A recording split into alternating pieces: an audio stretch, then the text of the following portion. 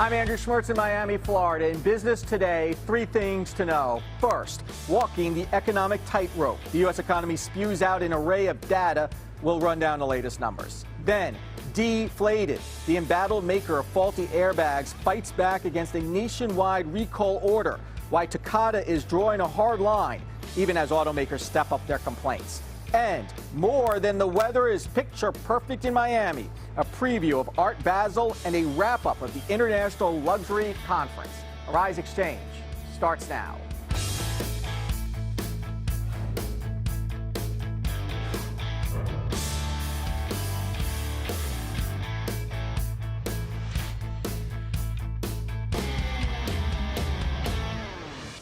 Hello, I'm Julian Phillips in New York. And I'm Andrew Schmertz in Miami. We're going to have a wrap-up of the luxury conference in a moment. But first, breaking news out of New York, where a New York City grand jury has decided not to indict the police officer whose use of a chokehold during the arrest of a Staten Island man may have led to that man's death. Officer Daniel Pantaleo was under investigation for allegedly using an illegal chokehold during a struggle with Eric Garner. Garner had been stopped by police for selling cigarettes. Garner died during the altercation. The medical examiner later ruled that death a homicide. We are going to have complete coverage along with analysis a little bit later on Arise News on Arise America with Debbie Turner-Bell. But first, let's turn it back to Julian in New York with today's top business stories. Julian. Thank you, Andrew. Wall Street ended the day up across the board. Here's a look at the final numbers. The Dow closed at a record 17,912. The S&P 500 ended up to 2074, and that's also a record. And the NASDAQ ended up slightly to 4774. Top stocks we're watching today. Taser International, a body camera manufacturer, saw a boost in its stock value after President Barack Obama ordered funding for body cameras on police officers. Now, the announcement was made in the wake of protests after a police officer killed an unarmed teenager in Ferguson, Missouri. All of you know that. Taser International down today to $22.86. Teen clothing line Aeropostale reported dismal earnings figures for the third quarter. Aeropostale saw a per-share loss of 66 cents. That's double the predicted loss. Aeropostale up 4% when it closed at $3.19. Abercrombie & Fitch reported quarterly earnings per share of 42 cents. That was in line with estimates. The youth apparel maker says it missed revenue expectations on low mall traffic and weak demand. Abercrombie closing the day up at about $1 to $28.81. Now for a look at commodities. Gold closing up to $1,210 an ounce and oil closing at $67.40 per barrel. Some economic figures released today. The U.S. private sector added 208,000 jobs in November, which was slightly below expectations. Third quarter productivity grew more than expected at 2.3%, according to the Labor Department. Well, U.S. data shows continued improvement for the economy, but how long will it last? Well, joining us now is Howard Rosencrans, Value Advisory's Chief Research Analyst. Thank you and welcome to our show, sir. Thank you for having me. I want to talk first about the ADP employment report for November. It seems like things are generally in line somewhat, wouldn't you say? The economy is improving. I mean, there's clearly, you had the beige book today, you had the ISM non-manufacturing number today, and you had the ADP report, all of which confirm the economy is in an upward trajectory. Well, let's talk about that beige report. It is encouraging. How so and why? And for how long, perhaps? Okay, well, the beige book is measuring various data that the Fed wants to see. You have employment data, you have various metrics from different regions around the country. You get a sense of consumer confidence. It's something that the Fed is going to look at as we go into the new year, increasingly so. And basically every metric that they want to define, including the ones I cited, including retail, including tourism, all show an upbeat trend. Okay, but we need to talk about some of those metrics, though, because, people are, getting maybe, I'm sensing perhaps a false sense of confidence here, because the middle class is still having a lot of problems, although we're seeing spending up in certain areas. Of course, gas prices are down. That's good for both you and me. But is this a false sense of confidence here? Because the middle class still seems to be teetering and suffering. How do you explain this? Well, we'll be able to assess that better next year. I think over the ensuing year, and you're going to see it on Friday when the Labor Department releases the real employment index.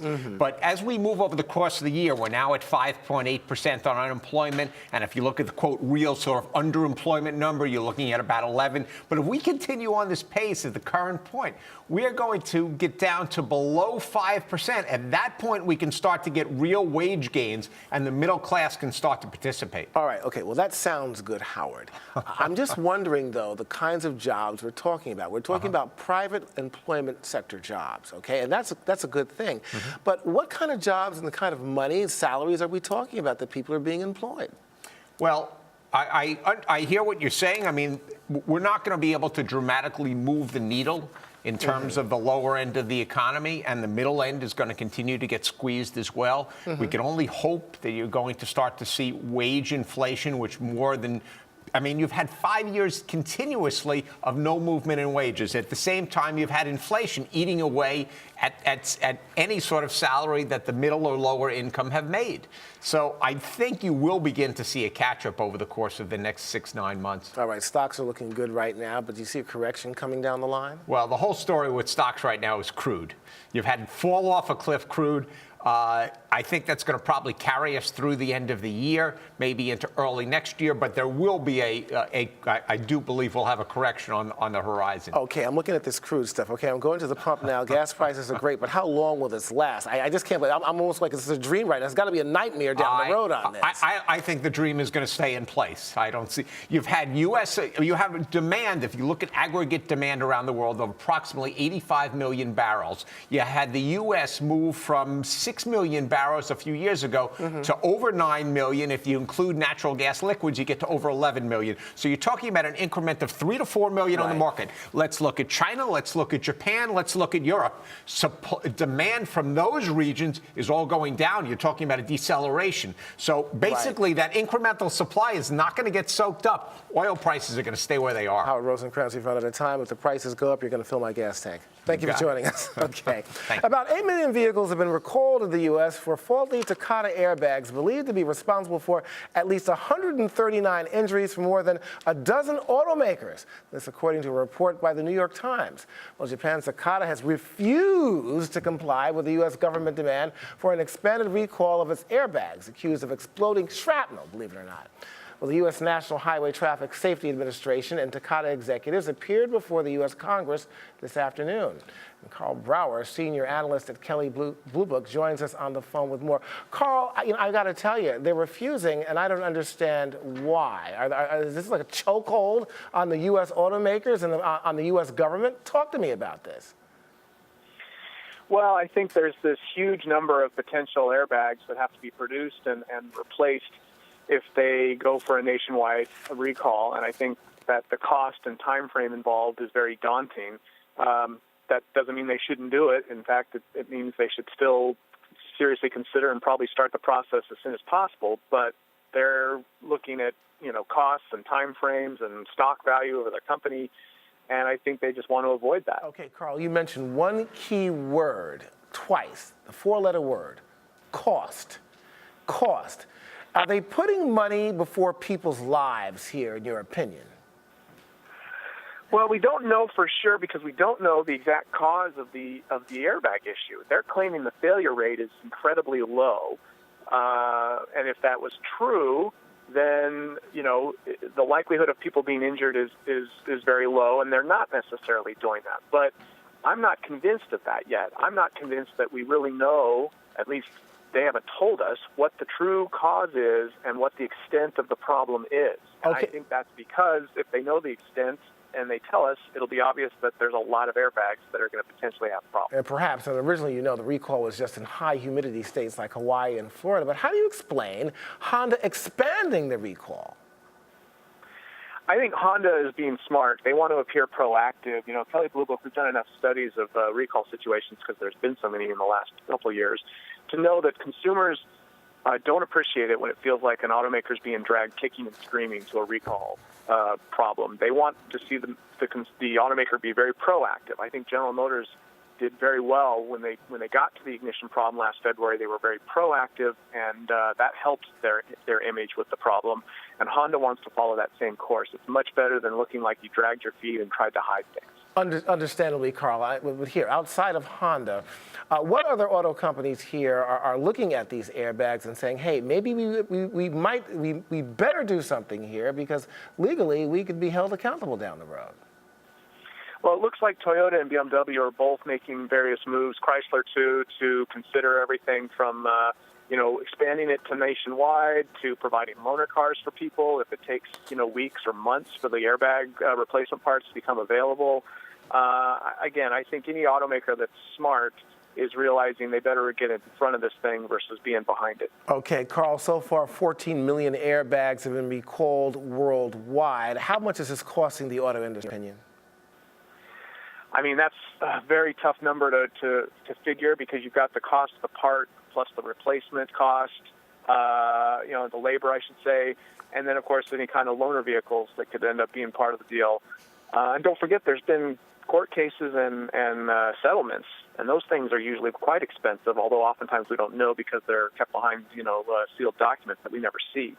But this is expensive, and if it's as big as it could get nationwide with all these vehicles, it could be the most expensive recall easily in the history of the automotive industry. I got to tell you, Karl, I think Takata is going to be on the hot seat sooner or later, but of course we're going to keep our eyes on it. But right now we've got to go. Karl Brauer, thank you so much for joining us, sir. Thank you. Okay, coming up, major U.S. cities in dire need of a financial lifeline. What's being done to save local economies? That when Arise Xchange returns. Stay with us.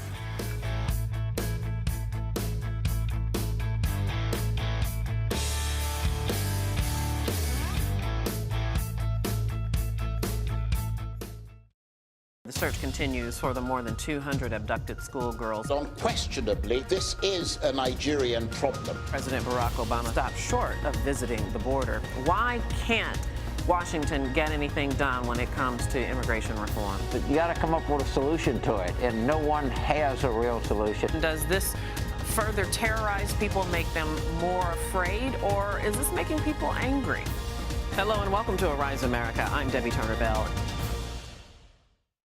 Informative. The U.S. economy is on the right path, and the wizard of the Fed is leading the way. We started our companies originally to create something that made a positive difference. Compelling. I became very successful, not allowing myself to be average. Our favorite person of the day when we pick one person who grabbed our attention, and not for the right reason. Yeah, he sort of lost all business. Investors came back from the long weekend tanned, rested, and ready to buy stocks. Entertaining money daily. Arise Xchange. Well, our next guest says the recent riots in Ferguson and the chain reaction in other cities like it is really an economic problem, not a racial one. The death of small business and jobs has depressed the economy significantly in Ferguson for the last 15 years.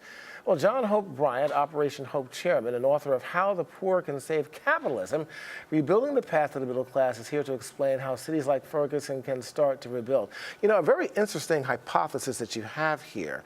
It's more economic than racial. Yep. But how can you actually, I'm just curious, how can you actually separate the two? Slavery was economic. Mm-hmm. How do you build a country for free? Most things in the world are economic. The folks who we call ISIS, the terrorists, are running an economic network underneath of their terrorist network. Drug dealing is economic. Banking is economic. I mean, everything in this country and in the world other than really love and God is about money. You know something, I really kind of agree with you on this, because even when it came to the turn of the century, when blacks saw a great economic boom, they had so many people in Congress, and money was being made, and all of a sudden, Jim Crow came along to suppress this whole thing. So in a sense, even race could be used as a smokescreen for economics. Wouldn't you agree? You're absolutely right. I'll go one step further. You deal with class, you get race for free. That's very interesting. We're getting distracted. Right. With a sideline issue. The Ku Klux Klan was created by some white Southern business people as a smokescreen to get us distracted on this other conversation because they were afraid they were going to have their majority taken over. I don't want to get off into a negative, I don't want to be perceived by your audience as being negative. I'm just simply articulating a material fact that going back to before Dr. King, Abraham Lincoln of 1865, when he created the Freedmen's Bank, to teach freed slaves about money. And he was killed 5 weeks later. Look, this is a really interesting thing. I think there's a lot of truth to this, but let's focus on the cities here. We have Ferguson, and of course we focus a lot on Detroit and all the problems they're having there, shutting down the water supply, so on and so forth. So you're saying now, if you help rebuild these cities, that will help revive capitalism. But here's my thing. I'm saying that Africa needs a tax base. You need taxpayers. I'm saying that places like Ferguson has a deficit of jobs and economic opportunity, made worse because after the rioting, we burned down the few businesses that were there. Understood. But here's you have cities like this that are disenfranchised. What you're saying is absolutely true, but there are a lot of corporations, a lot of nonprofit industries that are the poor. This is big business for them. This is big money for them. Alternative financial services alone is a $500 billion industry. Check cashers, payday loan lenders, rent-to-own stores, title lenders. There's more check cashers in America than Starbucks. It's a $500 billion industry. You're absolutely right. But we get emotional about it. We call it racism. That's not racism. That's target marketing. They're targeting a 500 credit score customer, and I'm going to rob them of their customer by moving credit scores 120 points. What does Ferguson need? It needs 700 credit score community. But here's my question, and you're absolutely right. To people's minds who are making money off the poor and say, hey, look, we need to flip this. We need to do it 180 degree, and money can be made in a different way. I don't need to change their minds. I need to mold a few new minds. The book, The Tipping Point, Malcolm Gladwell proved, University of Illinois study, at 5% role models, every community stabilizes. Not 80% role models, not 50% role models, not 10% role models.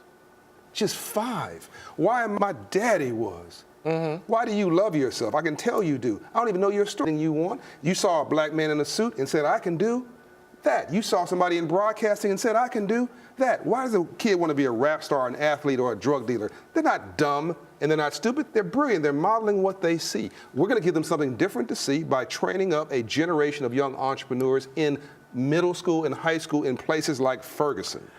You make a great point, a new narrative, and you're my new best friend.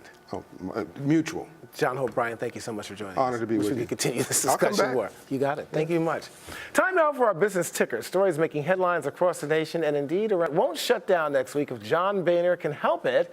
The House Speaker is trying to sell his fellow Republicans on a spending bill that would avoid a government shutdown but still fight President Obama's recent executive millions of illegal immigrants. And speaking of the budget, a move to extend tax breaks could add about $45 billion to the budget deficit over the next decade. Lawmakers may keep more than 50 expiring tax breaks through the end of the year, benefiting millions of businesses, both small and large, as well as individuals. However, it's unclear whether any of the breaks would be extended permanently through 2015. Well, dish viewers may soon lose access to their favorite CBS programs. That's not good. The companies have been negotiating contract terms for the past 6 months. But now CBS is drawing a line in the sand, saying it will not grant any more extensions and will go dark on Dish if they can't agree to a deal by Thursday evening. And talk about role reversals, folks. Get this. The U.S. Drug Enforcement Agency claims drug cartels are now smuggling marijuana from the U.S. into Mexico instead of the other way around. Well, since marijuana became legal in many U.S. states, Americans are buying more of the homegrown product. Well, that in turn is driving down the price of pot grown in Mexico. You can't make this stuff up. Well, let's go back to Andrew Schmertz, who's at the International Luxury Conference in Miami with a wonderful tan. Andrew. Yeah, I've been working on it, Gary. They came for or Julian, I'm sorry. They came for the sun, and they say... I can say that. I can say that to you. Okay. They came for the sun, Julian. Yes, and they stayed for you. the shining stars of luxury brands. And we met a lot of people to this conference over the past few days, and here's a little bit of what they learned. From fashion designers to technology stars to pop stars like will.i.am, the International Luxury Conference continues in Miami with about 500 representatives of the world's top brands. And those in the luxury business took in the conference like tourists take in the South Florida sun. Milton Pedraza is a consultant to luxury brands. A long time ago, about 10 years ago, luxury brands didn't want to sell online. Then they didn't want to do social media. Today, I think it's a given, but I think it's how you execute that for value for the customer as well as for you, that's really in question. And an overriding theme was interweaving technology into fashion. One discussion focused on wearable technology, and many discussions took place on integrating more social media and web presence for top-tier brands. You talk to Twitter and Facebook and these people about sports and then subsequently about fashion.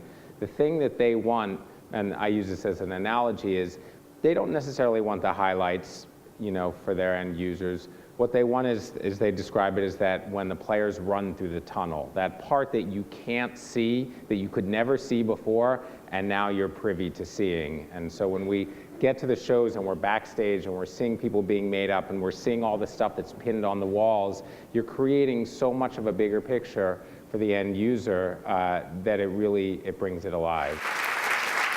But luxury goods are still something buyers like to touch and feel, and jewelry in particular is something where a personal sales touch is required.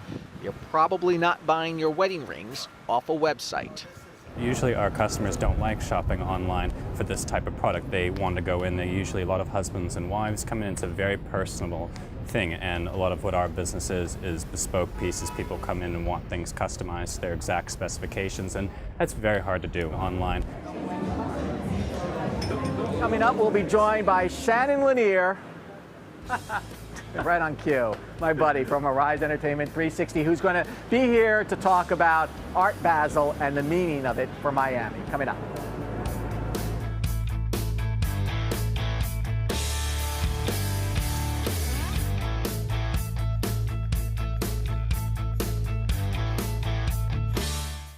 There is a reason Africa is called the new frontier. What was once potential is now an opportunity ready to be seized. Once revered for our resources, today's wealth lies in our people. People who build the cities that shape the future. People who know an idea in one place means business in another. A generation for whom technology means there are no borders, no boundaries. We are the new lions in a brave new world, kings of the urban jungle. And there's a bank that puts the world in our pocket and the future in our hands. UBA, Africa's global bank.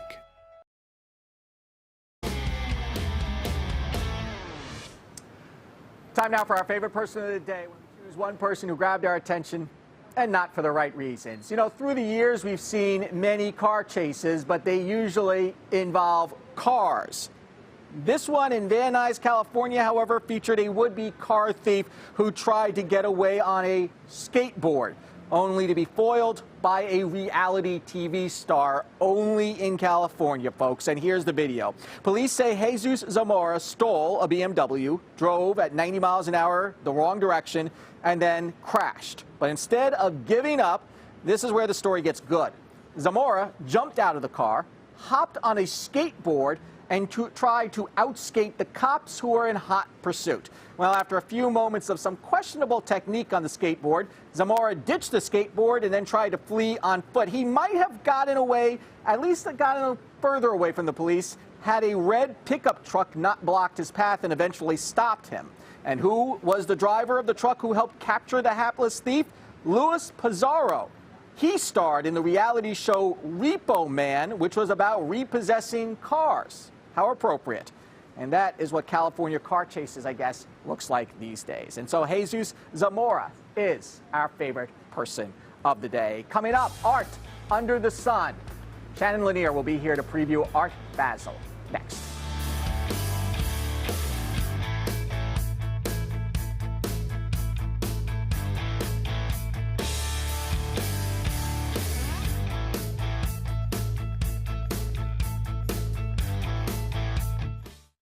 Apple unveiled new products today. Did it meet expectations? Apple stock is up 20%. The White House says it has proper measures to contain the spread of Ebola. This seems to be, in some ways, exploding. What are officials saying? We remain focused on working with our partners on the ground to stop the epidemic. Enhanced measures have been put in place in Africa and the United States. This is hitting home in a very real way, and I think, yeah, we need to be concerned. Hello and welcome to Arise America. I'm Debbie Turner-Bell.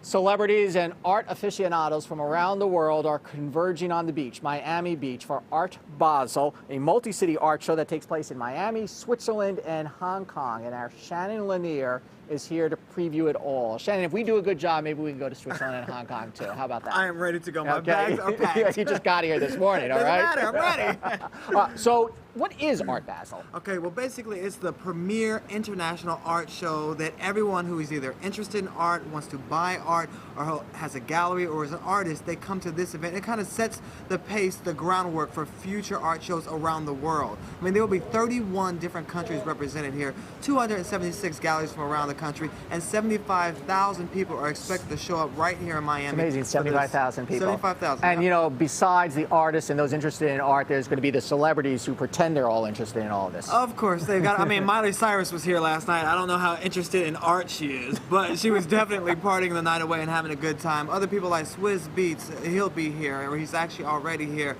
Leonardo DiCaprio is expected to arrive. P. Diddy has come in the past. So Russell Simmons is going to be down here. There are a lot of people that either are collectors themselves or just love to be around the scene that'll be here. And what's really interesting is, so the luxury conference is like in a room, in a ballroom people go to. This is really part of Miami Beach throughout the city. Definitely. It's actually spreading not only from downtown at the convention center, but it's spreading all over. We were in Wynwood earlier this afternoon, and it was amazing to see all the street artists out painting these amazing murals, putting stuff on walls and just creating. Yeah, I was there. Artwork. It's not just static art; it's living art on the walls. And then you have performance art as well. People just performing their art and they're showing their expression of art in various different ways. And it's good to see it actually spilling into communities that otherwise would not have exposure to art and affecting schools. We visited a school earlier today, the Jose de Diego Middle School, where artists from all over the world are painting the exterior of the school, the inside of the school, to bring in the awareness about art and to raise money for that school to create an art program. And it's amazing to see the response from the kids in the school. They're like all of a sudden interested in art because of this. And what's also interesting is I've been going around to a whole bunch of parties, and you were not there, of course, because you came late. And it's a very diverse crowd, both those interested in art and the artists themselves. Well, if you think about it, art has taken on a different lifestyle. You have people like Jay-Z rapping about art. It's creating this whole new generation of art lovers, and people that are exposed to this in various ways are all here this weekend, whether they've been collecting art for 50 years or they're new to the art game. They're all here, and the same with the artists. Some world-renowned artists will be here, and some new and up-and-coming people will be here as well, displaying their art. And I think it's terrific that they've tied this to the luxury conference, because there are some superstars in the luxury space who are now going to get to experience this as well. Definitely. I mean, there's expected to be more than $3 billion of money exchanged. $3 billion is going to be exchanged. Yeah. I won't be buying any of the Warhols myself or Picasso. We can use one for our office that we share. You know that? Come on, Shannon, hook us up. Only costs $5 million, Andrew, you know, but it's good art for the office. Why not? All right, Shannon Lanier, tell us a little bit about a quick little preview of what you're going to be doing. I'm going to be speaking to a lot of different artists, graffiti artists, street artists, world-renowned artists, and getting a perspective of how Art Basel affects them and their artwork, and where the art scene is going in the future, how this conference sets up the other art shows and the popular art that we'll be seeing in culture today, and some of those people that are responsible for moving that forward. All right, Shannon, that's terrific. And by the way, we're going to be broadcasting the show tomorrow, Xchange, from the beach. Oh, I will be there. I may have Speedos on, so only shoot from the top up. Yeesh. Thank you, Shannon. That's it from Miami. You're going to want to tune in for that tomorrow. Shannon and his Speedos. I'm Andrew Schmertz. Let's go back to Julian. I don't want to see Shannon and Speedos for sure. Anyway, Andrew, thanks so much. Tomorrow on Arise Xchange, real estate magnate and business guru Don Peebles stops by Xchange. Now for another look at the markets. Markets closed for the Dow, S&P and S&P 500. The Nasdaq closing up to 47.74. I guess not back to Andrew at all. I'm Julian Phillips in New York. Thanks for watching Arise Exchange, and we'll see you tomorrow, me and, of course, Andrew on the beach.